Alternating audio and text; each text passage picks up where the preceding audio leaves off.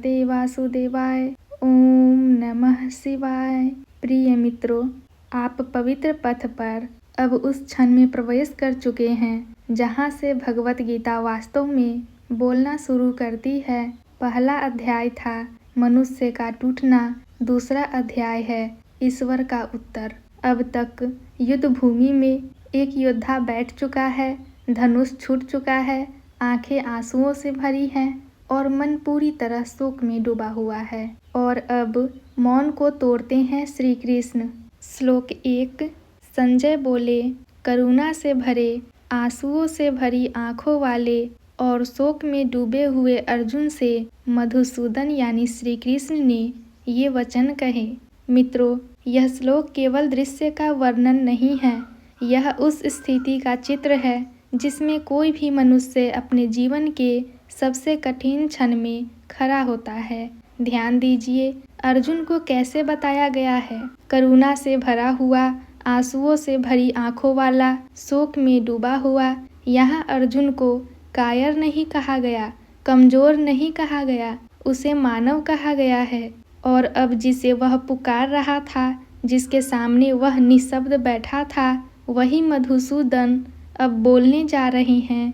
मधुसूदन जो मधु नामक असुर का वध करने वाले हैं, अर्थात जो भ्रम का नाश करते हैं। मित्रों, यह बहुत महत्वपूर्ण संकेत है।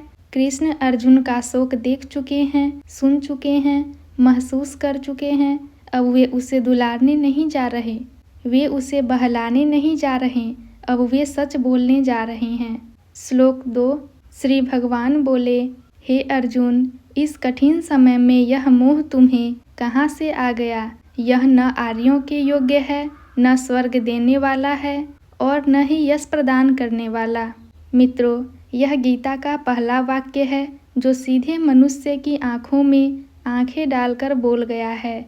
ध्यान दीजिए, कृष्ण अर्जुन को प्रिय मित्र नहीं कहते, वे उसे हे अर्जुन कहते हैं, सीधे, स्पष्ट, जागृत करने वाला।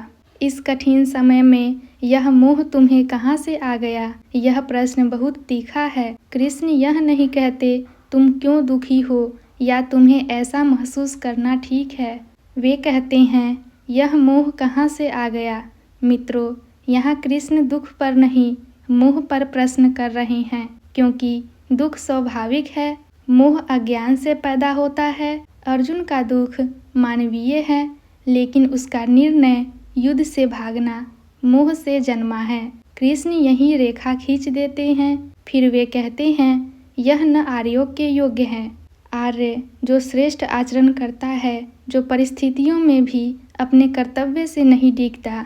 कृष्ण कह रहे हैं तुम्हारा यह मोह उस मार्ग का नहीं है जिसे श्रेष्ठ मनुष्य चुनते हैं। यह बहुत बड़ा कथन है। कृष्ण अर्जुन को नीचा नहीं दिखा रहे, वे उसे उसकी क्षमता याद दिला रहे हैं। फिर वे आगे कहते हैं न स्वर्ग देने वाला है, अर्थात इससे तुम्हें आंतरिक उन्नति नहीं मिलेगी, इससे तुम्हारी आत्मा ऊपर नहीं उठेगी। और फिर न ही यश प्रदान करने वाला। मित्रों, यहाँ कृष्ण एक बहुत गहरी बात कह रहे हैं। यश का अर्थ लोगों की तालियां नहीं है, यश का अर्थ है स्वयं की दृष्टि में गिर न जाना। कृष्ण कह रहे हैं यदि तुम इस मोह के आगे झुक गए तो तुम स्वयं की दृष्टि में छोटे हो जाओगे। मित्रों, यह गीता का पहला झटका है। कृष्ण अर्जुन के आंसू नहीं पोंछते, वे उसके मन की नींद तोड़ते हैं, क्योंकि जब मनुष्य बहुत गहरे शोक में होता है तो उसे सहारे से नहीं, सत्य से जगाया जाता है। यहाँ से गीता की शैली स्पष्ट हो जाती है। गीता दया नहीं बांटती, भ्रम को सहारा नहीं देती और पलायन को धर्म नहीं मानती। गीता कहती है देखो, समझो और फिर खड़े हो जाओ। प्रिय मित्रों, यदि आपने कभी अपने जीवन में ऐसा क्षण देखा हो जब परिस्थिति कठिन थी, मन टूट चुका था और कोई आपके पास आकर मीठा नहीं सच बोल गया हो, तो समझ लीजिए वही क्षण आपके जीवन का दूसरा अध्याय था। अर्जुन का दूसरा अध्याय यहीं से शुरू होता है।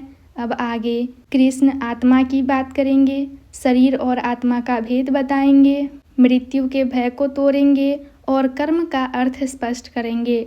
लेकिन यह सब एक ही शर्त पर होगा, अर्जुन सुने। और अर्जुन अब सुनने के लिए तैयार है। पवित्र पथ के साथ बने रहिए। अगले श्लोकों में श्री कृष्ण आत्मा के अमर सत्य को प्रकट करेंगे, जो न केवल अर्जुन को बल्कि हम सब को डर से मुक्त करेगा। ओम शांति शांति शांति।